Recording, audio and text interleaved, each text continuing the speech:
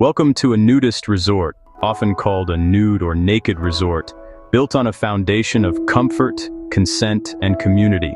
It's not what you might imagine. It's designed to redefine relaxation by stripping away not just clothes, but the social pressures that come with them. To understand it, I arrived just after sunrise. This is the golden hour when the world is still waking up, when the resort is quiet and the light is soft. It's a time for observation, a moment to absorb the atmosphere before the day truly begins. The air is still, carrying only the scent of dew on tropical plants and the distant sound of birds. The first thing you encounter is the signage. It's not hidden or apologetic. It's clear and direct. The sign at the entrance is clear. Clothing optional. It also states, just as clearly, family friendly, and a crucial rule for a place like this: no cameras without permission. These aren't just rules, they are the pillars of the entire experience, establishing a framework of trust from the moment you step inside. Inside, it feels less like a secret and more like a small, peaceful village. There are no high walls or imposing gates. Instead, paths curve past native plants, leading you gently through the property. A pool glimmers, waiting for the day's first swimmers. A community corkboard, a familiar sight in any small town, lists the day's offerings: daily yoga. There are sign-ups for nature walks, and prominently displayed, the resort's consent policy. It's a reminder that safety here is a shared responsibility. At the front desk, check-in includes a calm briefing. This isn't a lecture, but a quiet conversation about the community's expectations. The tone is welcoming, designed to put newcomers at ease while reinforcing the core principles. The first and most practical rule is about hygiene and respect for shared spaces.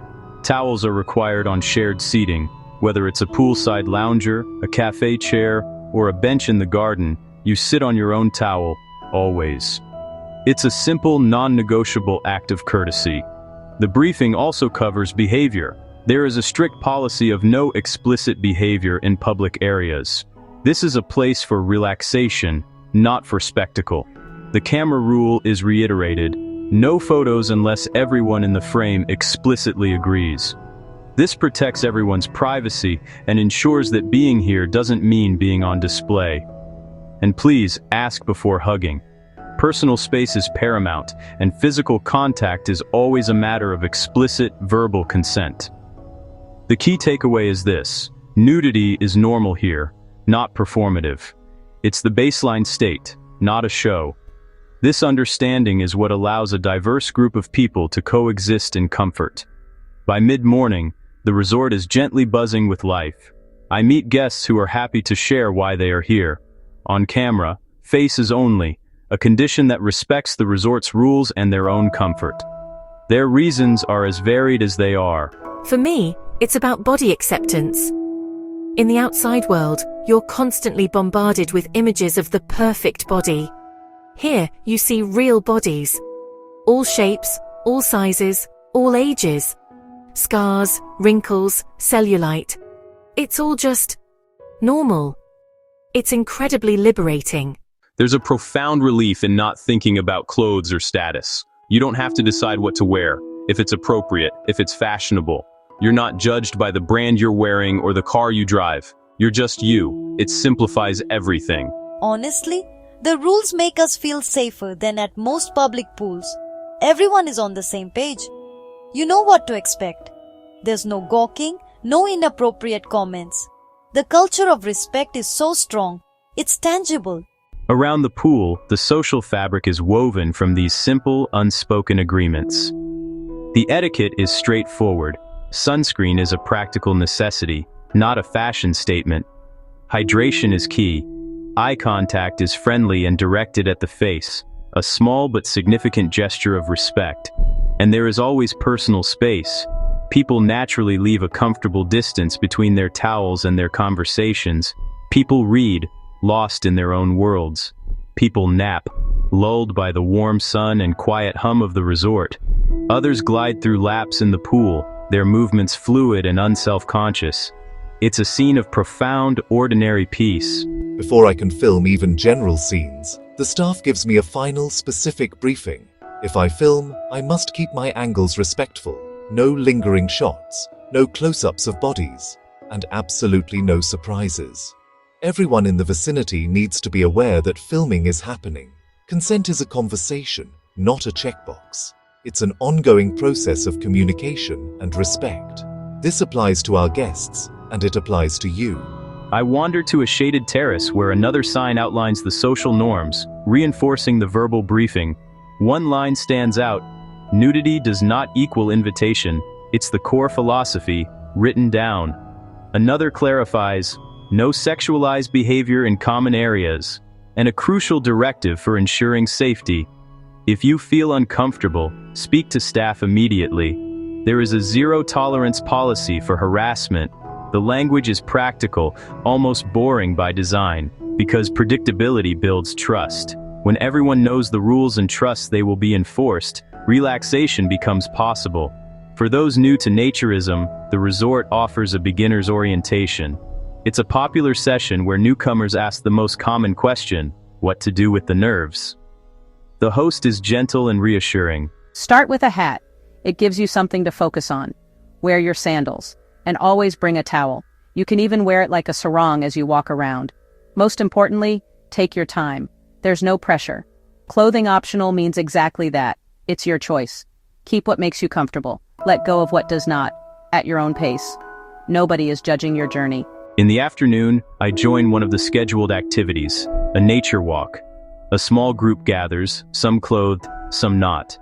The guide, an enthusiastic botanist, keeps the focus entirely on the environment, on the birdsong overhead, and the names and uses of the native trees that line the path. In this context, clothes and bodies recede into the background. They become irrelevant. A shared sense of curiosity takes over. The focus shifts from inward self-consciousness to outward appreciation of the natural world. It is striking how quickly the mind stops cataloging human shapes and sizes once the social rules are clear and a different focus is provided. The brain adapts, recalibrating what it deems important. Other spaces have their own specific rules. Inside the sauna, for example, filming is strictly off-limits to protect the privacy of a vulnerable space. It's another layer of the resort's commitment to safety. Later, at a cafe deck overlooking the grounds, I capture brief, consenting reactions. The most common one is simple: smiles. There is relaxed conversation, the easy chatter of people enjoying a shared moment. The clink of iced tea glasses is the loudest sound. The atmosphere reads like any laid-back retreat or vacation spot. The only real difference is the absence of fabric, not the absence of boundaries. In fact, the boundaries here feel more explicit and more respected than in many clothed environments. It's a powerful lesson in how much context matters. Modern naturist resorts emerged from a century of philosophical movements in Europe and North America.